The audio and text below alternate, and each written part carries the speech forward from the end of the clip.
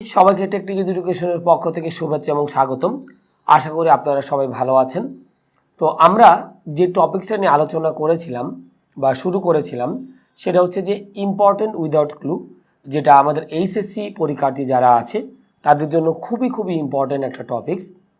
এবং এখানে 10টা গ্যাপের জন্য কিন্তু 10 মার্ক, মানে প্রতিটা গ্যাপের জন্য কিন্তু 1 করে। সো আমাদের এ প্লাস পাওয়ার ক্ষেত্রে আমাদের উইদাউট ক্লুটা কিন্তু অবশ্যই একটা অগ্রণী ভূমিকা কী করবে, পালন করবে। তাহলে আমরা ইতিমধ্যেই ইম্পর্টেন্ট উইদাউট ক্লু পার্ট 1 কিন্তু আমরা ইতিমধ্যেই শেষ করেছি। আজকে আমরা পার্ট 2টা নিয়ে আমরা শুরু করব।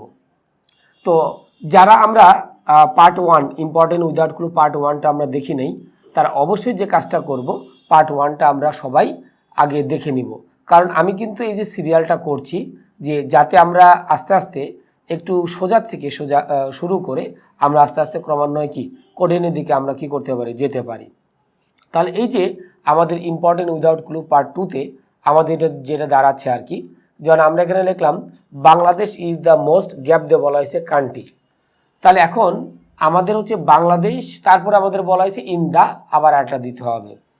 তাহলে আমরা জানি বাংলাদেশ আমাদের জনসংখ্যার দিক থেকে আমাদের পৃথিবীর মধ্যে একটা জনবহুল একটা দেশ। তাহলে আমরা এখানে দিতে পারি বাংলাদেশ ইজ দ্য মোস্ট, এখানে আমরা দিতে পারি পপুলেটেড কান্ট্রি।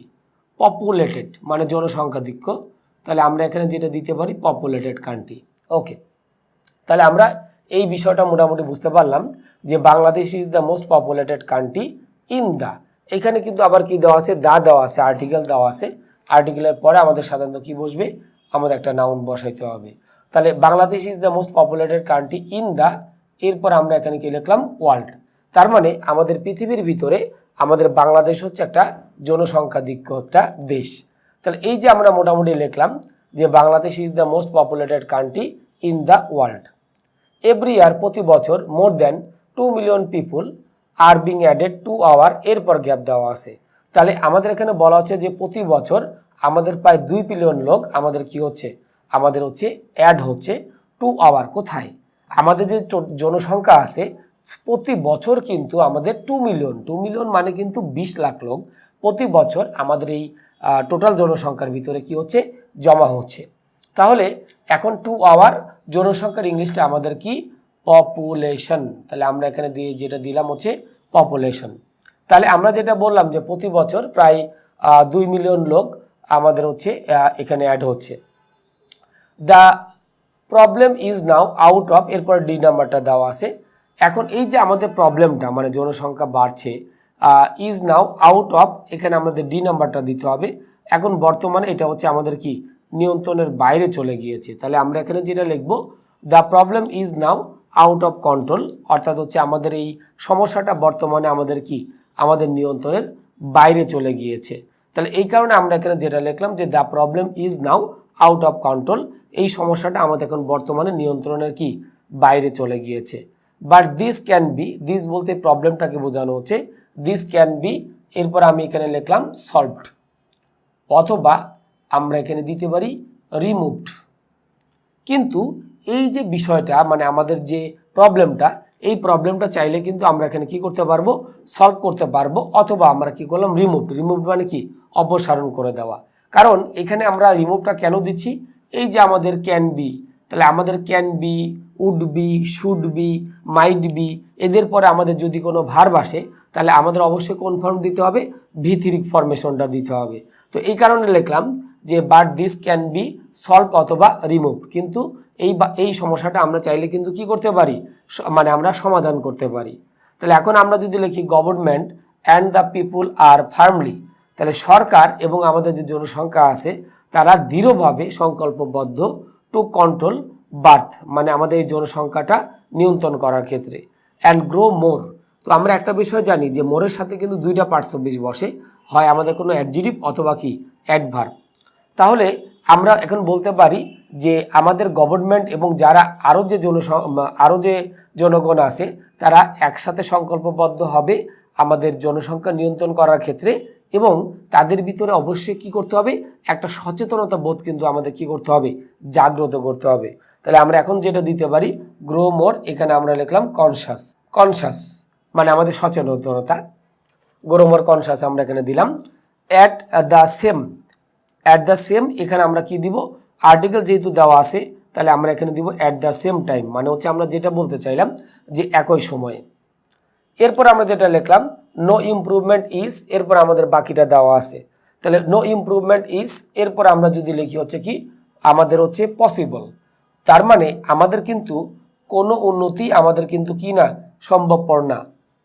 তাহলে এই যে আমরা সেন্টেন্সটা লিখলাম নো ইমপ্রুভমেন্ট ইজ পসিবল, অর্থাৎ কোনো উন্নতি সম্ভবপর হবে না unless this problem is solve, যতক্ষণ না পর্যন্ত এই সমস্যাটা কি হবে, সমাধান হবে। দেয়ারপর অতঃপর all the people of Bangladesh, মানে বাংলাদেশের আমাদের যে সমস্ত জনগণ, অ্যান্ড দ্য গভর্নমেন্ট এবং হচ্ছে আমাদের সরকার, should join hands to meet the crisis. এখন ক্রাইসিস হচ্ছে আমাদের কি এখানে একটা মানে আমাদের অ্যাডজেক্টিভ, মানে সংকটপূর্ণ। আর আই নাম্বারটাতে আমরা এখানে কি দিব, সিচুয়েশন, এখানে আমরা দিব হচ্ছে সিচুয়েশন।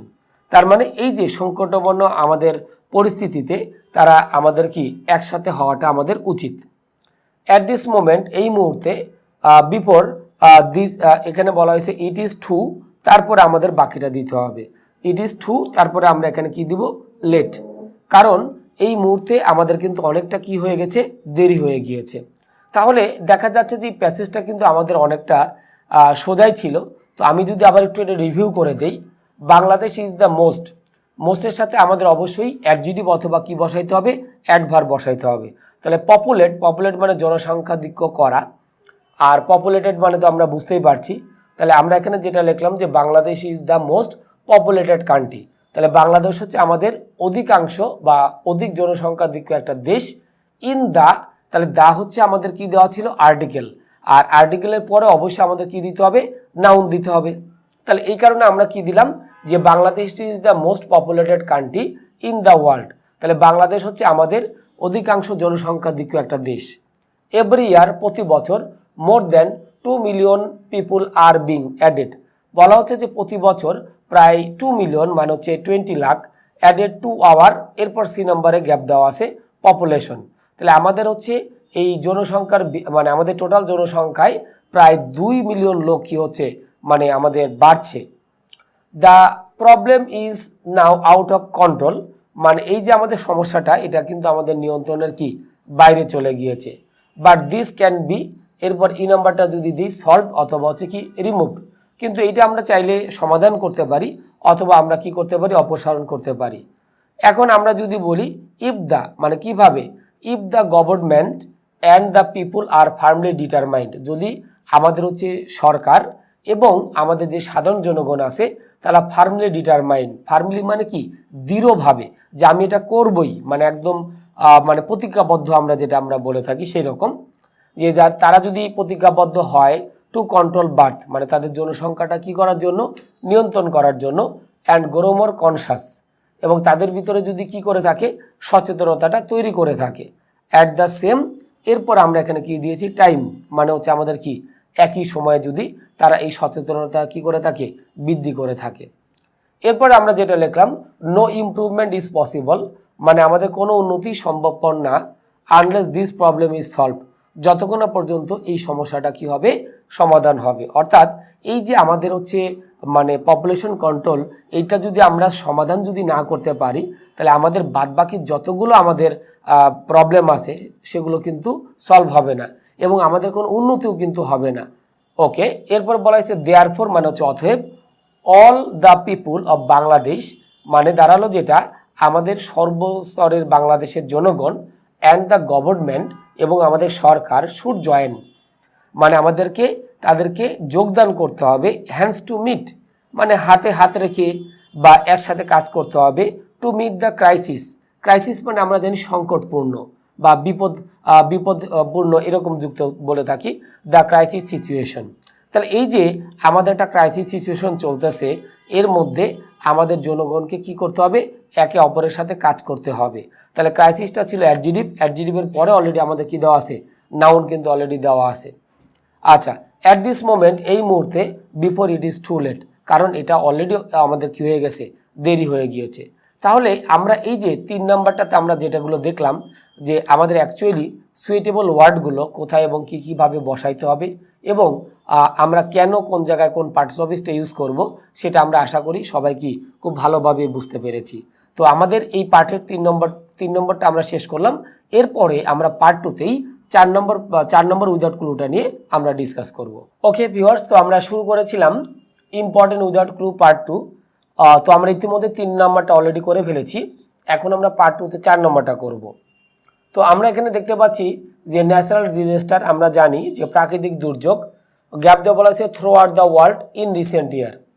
তাহলে আমরা যদি একটু খেয়াল করি যে এখানে আমাদের কি কথার উল্লেখ আছে, রিসেন্ট মানে আমরা জানি কিন্তু কি সম্প্রতি। তাহলে আমাদের এখানে আমরা যদি খেয়াল করি যে ন্যাচারাল ডিজাস্টার থেকে শুরু করে ইয়ার পর্যন্ত, এটা একটা আমাদের সেন্টেন্স।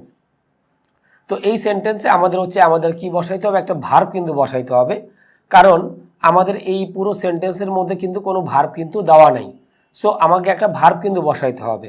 তাহলে ন্যাচারাল ডিজাস্টার মানে কিন্তু আমরা জানি প্রাকৃতিক দুর্যোগ। তাহলে এটা কি হচ্ছে, সংগঠিত হচ্ছে। তাহলে আমরা এখানে দিতে পারি যে হ্যাজ, এখানে আমরা দিতে পারি অকার্ড, হ্যাজ অকার্ড দিতে পারি, অথবা আমরা দিতে পারি কি হ্যাজ, তারপরে আমরা এখানে কি দিতে পারি হ্যাপেন্ড। যে কোনোটাই আমরা একটা দিতে পারি এখানে, তাতে আমাদের কোনো সন্দেহ নাই। তাহলে ন্যাচারাল ডিজাস্টার আমরা এখানে যেটা লিখলাম হ্যাজ অকার্ড, অথবা আমরা এখানে কি লিখলাম হ্যাজ হ্যাপেন্ড, যে সংগঠিত হচ্ছে প্রতি বছর আর কি। তাহলে এই জন্য আমরা এখানে কি দিয়েছি হ্যাজ অকার্ড, অথবা আমরা কি দিয়েছি হ্যাজ হ্যাপেন্ড, এই দুটোর যে কোনো একটা দিলেই চলবে। আর এখানে হ্যাজ অকার্ড বা হ্যাজ হ্যাপেন্ড দেওয়ার কারণটা হচ্ছে যে যেহেতু রিসেন্ট কথাটা উল্লেখ আছে, তাহলে আমাদের কোন টেন্স দিতে হবে, প্রেজেন্ট পারফেক্ট টেন্স আমাদের দিতে হবে। এরপর আমরা যেটা দেখতে পাচ্ছি, the main reason behind this is green house effect. তাহলে আমাদের প্রধান কারণটা হচ্ছে যে আমাদের green house effect, or gap দিয়ে বলা হয়েছে অফ দ্য ইয়ার। তাহলে এখন বি নাম্বারটা দিব, অর এখানে আমরা যেটা দিতে পারি পলিউশন। তাহলে পলিউশন মানে কিন্তু আমরা জানি দূষণ। তাহলে এখানে কিন্তু আমাদের নাউনই দিতে হবে, কারণ গ্রিন হাউস ইফেক্ট হচ্ছে আমাদের একটা নাউন, আবার পলিউশন যেটা বলতেছি সেটাও কিন্তু একটা নাউন। তাহলে আমাদের এই যে আমাদের প্রাকৃতিক দুর্যোগটা বর্তমান সময়ে ঘটতেছে, এর প্রধান কারণটা হচ্ছে যে হয় আমাদের গ্রিন হাউসে ইফেক্ট পড়তেছে, অথবা আমাদের কি হচ্ছে পলিউশন। এটাও আমাদের একটা অন্যতম কারণ অফ দ্য ইয়ার, মানে আমাদের হচ্ছে যে বায়ু দূষণের যে কারণটা ঘটতেছে। এরপরে আমরা গ্যাপ দিয়ে দেখতে পাচ্ছি দ্য আর্থ। তাহলে আমাদের পৃথিবীর চারপাশে, তাহলে আমরা চাইলে এখানে অ্যারাউন্ড দিতে পারি, অথবা আমরা কি দিতে পারি সারাউন্ডিংস, এটাও আমরা কিন্তু দিতে পারবো, সারাউন্ডিং দ্য আর্থ। তাহলে আমরা এই দুইটার যে কোনো একটা আমরা দিতে পারি, যে আমাদের যে পৃথিবীর চারপাশে যে দূষণটা ঘটতেছে, এটা হচ্ছে আমাদের বায়ু দূষণের অন্যতম একটা কারণ। এরপর আমরা যেটা লিখতে চাচ্ছি, গ্লোবাল ওয়ার্মিং অর্থাৎ বিশ্ব উষ্ণায়ন ইজ মেল্টিং, সেটা কি করতেছে আমাদের হচ্ছে গলিয়ে ফেলতেছে। দ্য গ্যাপ দিয়ে বলা হয়েছে আইস। তাহলে আমরা এখন ডি নাম্বারে আমরা যেটা দিব, এটা হচ্ছে আমাদের কি ফ্রোজেন। আমরা এখানে যেটা দিতে পারি ফ্রোজেন আইস। ওকে, তাহলে frozen eyes of the polar reason, মানে আমাদের মেরু অঞ্চলে যে বরফটা আমাদের কি হয়ে থাকতেছে, জমা হয়ে থাকতেছে, সেটা কি করে ফেলছে, গলিয়ে ফেলতেছে। তাহলে এখন ফ্রোজেনটা দেওয়ার এখানে উদ্দেশ্যটা হচ্ছে, আইস তো আর নিজে নিজে জমা হয় না, তাকে আমাদের সাধারণত কি করতে হয়, মানে জমাকৃত হয়ে থাকে। এই জন্য আমরা যেটা বললাম যে global warming is melting the frozen ice. তাহলে আমাদের এই যে পৃথিবীর যে উষ্ণায়নটা, এটা হচ্ছে আমাদের গলিয়ে ফেলতেছে, যে আমাদের যে বরফটা হচ্ছে জমা হয়ে থাকতেছে সেইটাকে। অফ দ্য পোলার রিজন, তাহলে পোলার রিজন বলতে আমরা সাধারণত যেটা বুঝে থাকি মেরু অঞ্চল। And of the peaks of gap দিয়ে বলা হয়েছে মাউন্টেন্স। তাহলে এখন আমরা জানি যে পৃথিবীতে উঁচু উঁচু যে পাহাড়গুলো থাকে, সেখানে কিন্তু কি হয়ে থাকে, বরফ জমা হয়ে থাকে। তাহলে আমরা চাইলে এখানে কি দিতে পারি, হাই মাউন্টেন্স, উঁচু পাহাড়, অথবা এখানে আমি যদি দা দেই তাহলেও কিন্তু হবে, কারণ দ্য মাউন্টেন্স মানে যে সমস্ত আমাদের কি মানে পাহাড়গুলোতে বরফটা কি হয়ে থাকে, জমা হয়ে থাকে, সেটাও কিন্তু আমাদের বোঝাইতে পারে। তাহলে আমরা এখানে হাইও দিতে পারি, আবার চাইলে দাটাও দিতে পারি। এরপরে বলা হয়েছে কনসিকুয়েন্টলি মানে হচ্ছে যার ফলে, দ্য গ্যাপ দিয়ে বলা হয়েছে অফ সি ওয়াটার। আচ্ছা, তাহলে আমাদের হচ্ছে সি ওয়াটার মানে আমরা জানি সমুদ্রের পানি। তাহলে আমরা এখানে এফ নাম্বারটাতে আমরা কি দিব, level. The level of sea water অর্থাৎ আমাদের সমুদ্রের যে পানির যে স্তরটা হ্যাজ অ্যালার্মিংলি ইনক্রিজড, ব্যাপক আকারে কি পাচ্ছে, বৃদ্ধি পাচ্ছে। ওকে, এরপর আমাদের যেটা বলা হয়েছে সাইক্লোন অ্যান্টিডাল বোর্ডস। তাহলে সাইক্লোন মানে আমরা জানি ঘূর্ণিঝড়, টিডাল বোর্সও ওই আমাদের জলোচ্ছ্বাসের মতো। এখন জি নাম্বারটাতে আমরা এখানে যেটা দিব যে আমরা যদি একটু খেয়াল করি যে সাইক্লোন থেকে শুরু করে আমাদের ডিস্ট্রয়িং পর্যন্ত এইটা কিন্তু আমাদের একটা সেন্টেন্স, বাট একটু যদি খেয়াল করি এই সেন্টেন্সে আমাদের একটা জিনিস মিসিং আছে, ভার্ব। আর ভার্ব ছাড়া কিন্তু আমাদের কোনো সেন্টেন্স কিন্তু আমাদের হয় না, এটা আমরা কিন্তু কি করব, মনে রাখবো। তাহলে এখন জি নাম্বারটাতে আমরা এখানে কি দিব, আর দিব, কারণ আমরা জানি অ্যান্ড দিয়ে আমরা যাই যুক্ত করি না কেন আমাদের সেক্ষেত্রে সাবজেক্টটা কি হয়, সাবজেক্টটা আমাদের প্লুরাল ফর্মে হয়ে যায়, এবং সেক্ষেত্রে ভার্বটাও আমাদের আলটিমেটলি কোন ফর্মে করতে হবে, প্লুরাল ফর্মে করতে হবে।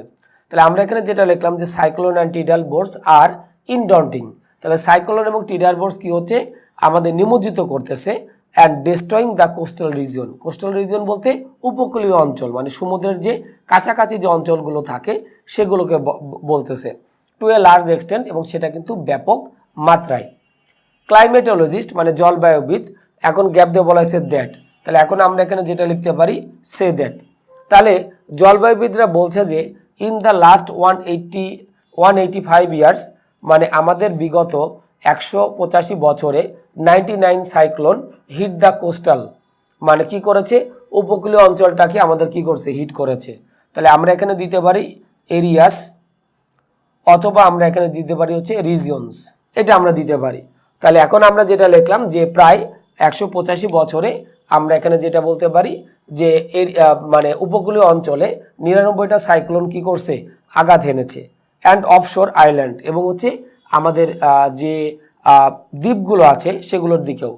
অফ কান্ট্রি কজিং ইনকপারেবল, যেটা আমাদের সাধারণত কি অপূরণীয়, যেটা আমাদের লস, যেটা আমরা যে ক্ষতিটা আমরা কখনোই পূরণ করতে পারবো না।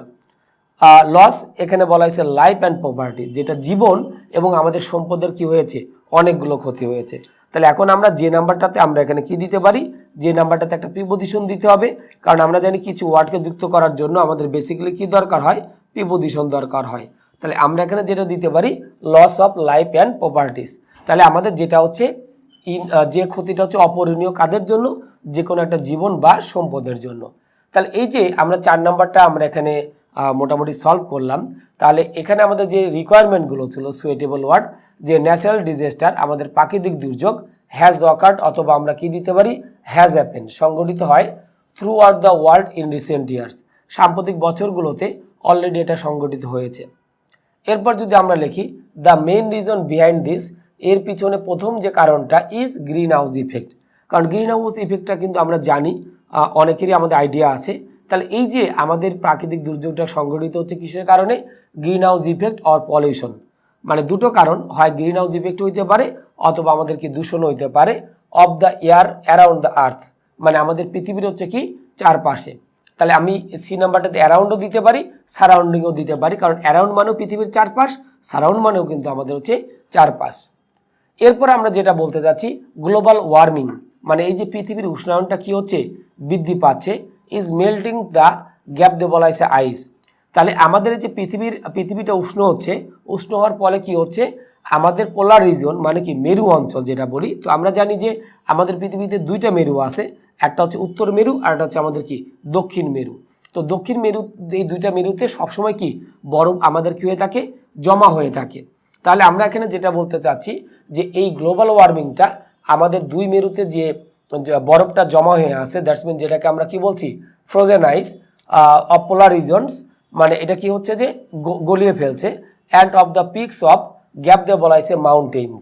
তাহলে এছাড়াও আমাদের যে উঁচু উঁচু পাহাড়েও আমাদের কিন্তু বরফ জমে, সেটাও কিন্তু কি করতে ফেলছে, গড়িয়ে মানে আমাদের গলে ফেলছে।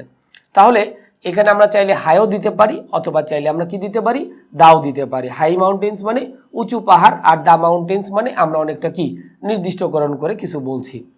কনসিকুয়েন্টলি যার ফলে the level of sea water, মানে পানির যে স্তরটা, হ্যাজ অ্যালার্মলি ইনক্রিজড, ব্যাপক আকারে কি হচ্ছে, বৃদ্ধি পাচ্ছে।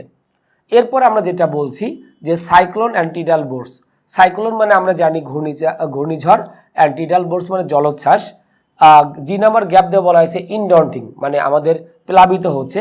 তাহলে জি নাম্বারটাতে আমরা এখানে কি দিব আর দিব, আর ইনডন্টিং প্লাবিত হচ্ছে, অ্যান্ড ডিস্ট্রয়িং এবং ধ্বংস হচ্ছে। এরপর বলা হয়েছে the coastal regions to a large extents, মানে ব্যাপক আকারে আমাদের যে উপকূলীয় অঞ্চল আছে সেগুলোর ক্ষেত্রেও। ক্লাইমেটোলজিস্ট আমাদের হচ্ছে জলবায়ুবিদ। এইচ নাম্বার গ্যাপ দেওয়া বলা হয়েছে দ্যাট, তাহলে আমরা এইচ নাম্বারটাতে আমরা এখানে কি দিব, সে দ্যাট বলছে যে ইন দ্য লাস্ট 185 ইয়ার্স, মানে আমাদের বিগত 185 বছরে 99 cyclone hit the coastal areas অথবা হচ্ছে কি রিজিয়ন, মানে ব্যাপক আকারে আমাদের কি করছে, আঘাত হেনেছে। তাহলে আমরা এখানে এরিয়াসও দিতে পারি, আবার চাইলে কি দিতে পারি, রিজিয়নসও দিতে পারি, যে কোনো একটা আমাদের দিলেই চলবে।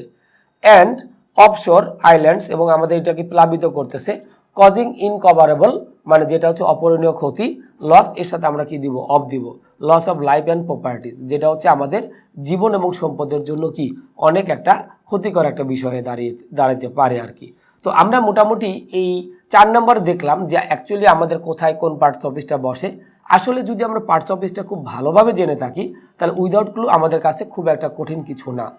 তো আমরা যে বিষয়টা আমরা এখানে অনুসরণ করব যে এই উইদাউট ক্লু করার আগে আমাদের এই চ্যানেলেই অর্থাৎ টেকনিক এডুকেশনেই আমাদের পার্টস অফিসের উপর ভিত্তি করে 22টার মতো ভিডিও দেওয়া আছে। আমি সবাইকে আগে বিনীত অনুরোধ করব যে আগে ওই ভিডিওগুলো আমরা দেখব, দেন তারপরে আমরা এই উইদাউট ক্লুগুলো পার্ট বাই পার্ট, যেটা পার্ট 1 সেটা আমরা আগে দেখব, তারপর যেটা 2 সেটা আমরা কোথায় দেখব, পরে দেখব। এইভাবে আমরা কি করব, সিকোয়েন্স মেনটেন করে আমরা এভাবে করব। আর আমি এখানে যে উইদাউট ক্লুগুলো অ্যাকচুয়ালি ডিসকাস করছি এগুলো কিন্তু অত্যন্ত ইম্পর্টেন্ট, যেগুলো ম্যাক্সিমাম আমাদের বোর্ডে অলরেডি চলে এসেছে। তো সবাই আমরা এই প্র্যাকটিসগুলো ভালোভাবে করব, কারণ আমরা প্র্যাকটিসগুলো যদি ভালোভাবে করতে পারি তাহলে আমরা আশা করি এখান থেকে ভালো একটা আউটপুট পাবো। এইটাই যে সরাসরি আসবে এমনটা কিন্তু না, বাট এগুলো ইম্পর্টেন্ট। তো আমাদের ইম্পর্টেন্ট উইদাউট ক্লু পার্ট 2 এ পর্যন্তই। তো আশা করি সবাই এই ভিডিওটা দেখবেন। আর কোনো প্রবলেম হলে অবশ্যই আপনারা এই ভিডিওর নিচে যে কমেন্ট আছে সেখানে আপনাদের প্রবলেমগুলো জানাবেন, অথবা যদি আপনাদের কোনো মতামত থাকে অবশ্যই সেগুলো আপনাদেরকে সাজেশন করবেন, যাতে করে আমরা আরেকটু কিভাবে করলে ভালো হইতে পারে বা আপনাদের জন্য বা আমাদের কি ল্যাকিংস আছে সেগুলো লিখতে পারেন। তো আমাদের এই উইদাউট ক্লুর ইম্পর্টেন্ট উইদাউট ক্লুর পার্ট এ পর্যন্তই। তো আশা করি পার্ট 3-তে আপনাদের সবাইকে আমি পাবো। সে পর্যন্ত আপনারা সবাই ভালো থাকেন, সুস্থ থাকেন। খোদা হাফেজ।